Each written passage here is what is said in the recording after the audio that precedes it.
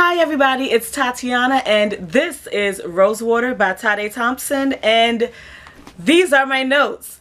Why am I letting you know that these are my notes? Because this is the first novel in a long time that I have actually taken notes or jotted down notes and thoughts as I was reading. Typically, when I do my reviews on YouTube, that's my first foray into what my actual thoughts are about a novel. However, I needed to do some jotting down while I was reading this, so I may have to refer to my notes as I'm discussing this. We shall see, but I just wanted to let you all know for this one, I actually have notes to look at. So this takes place in a city called Rosewater, which is set or based in Lagos, Nigeria. It starts out as a tent city that builds itself up around this mysterious biodome that has built itself within this area, and this town Rosewater has been built up around it. We follow the main character Cairo. He's what's called a sensitive, meaning somewhat like a mind reader slash psychic. This is set in the future, but it goes back and forth between Cairo's past and present day in the novel, and this is probably the most I have enjoyed being confused and not completely understanding what's going on in a story in a long time.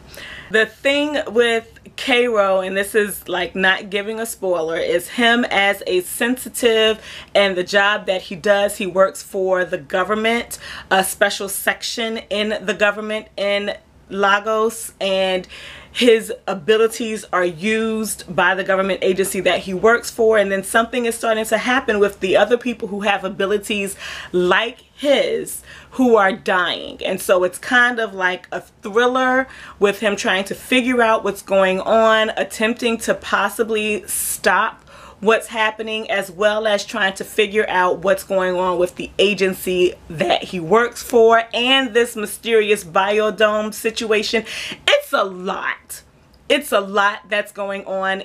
What I realized as I was reading this is that part of what made it so confusing is that as a science fiction thriller novel, there's so much of it that takes place in a way that's not tangible, and that is interesting, somewhat frustrating as you're reading it, because you really want to understand what the hell is going on, and it's somewhat frustrating as you're reading it, at least for as long as it took for me to realize what my hang-up was with taking in this information.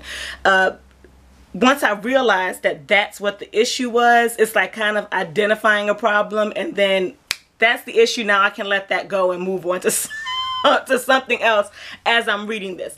But with so much of what's going on in the story having to do with Cairo's ability as a sensitive and his ability to read minds, to see into the minds of people, and to work his way through this network of auras, so to speak, in this world, and how that's just really not something that, it's not something that you can touch, it's not something you can necessarily see, and taking that and making an entire story around it was freaking brilliant, in my opinion.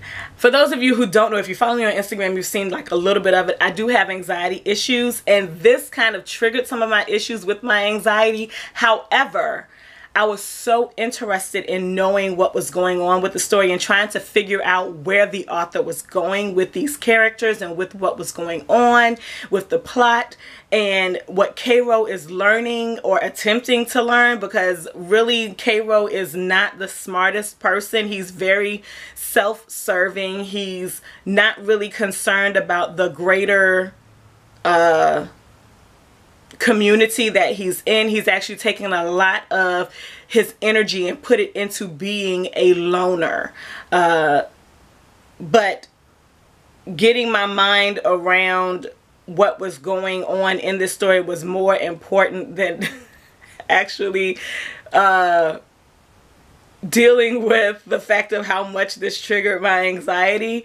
And I really enjoyed this. Another thing this story does that's kind of interesting, and after a little while I got annoyed by it, and it's really the only reason why I can't say I loved this per se, even though I might say I loved it as I talk, because there are different aspects of this story that I really loved. But what gives me pause to say that I loved it overall is that this story is told strictly from Caro's perspective, but Thompson uses what is typically done in books with multiple points of view.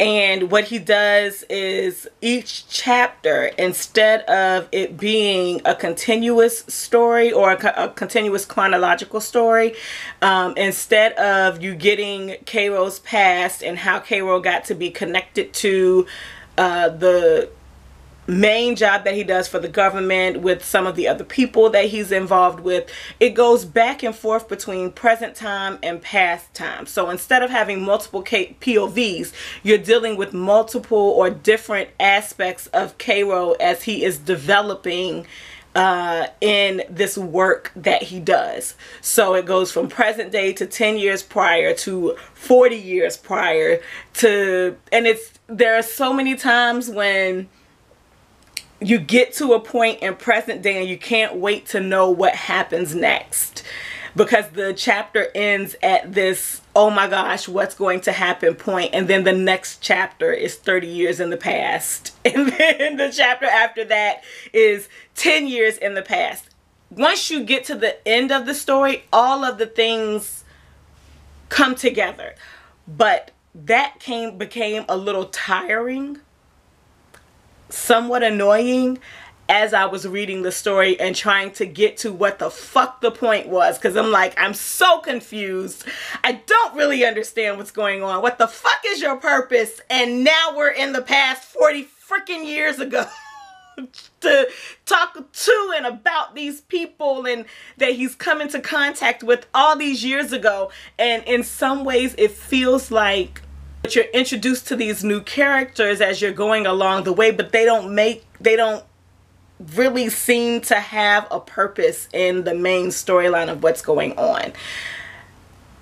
As you continue to read, you see that's not really the case, but while you're reading it, it feels like that. But again, I was so energized and so excited the entire time, even with dealing with those frustrations, the entire time, even with dealing with the triggers for my anxiety, the entire time of reading this story. I cannot say that clearly enough. This was awesome. And I know now that I finished it, I need to go ahead and jump into another book, because this could give me a book hangover, because I'm still thinking about it, still trying to understand it. There are some references, some science references and things that are mentioned that I got, and I was able, and I could feel my brain making connections to what I understood to make some parts of the story make sense. But there were so many times that I just didn't know what made sense about what was going on with the science aspect of this story. But that's all that I have to say about this novel. I feel like I've been talking forever. I'm gonna go. Thank you all for watching. I hope you have a good weekend whenever you see this video. Peace out.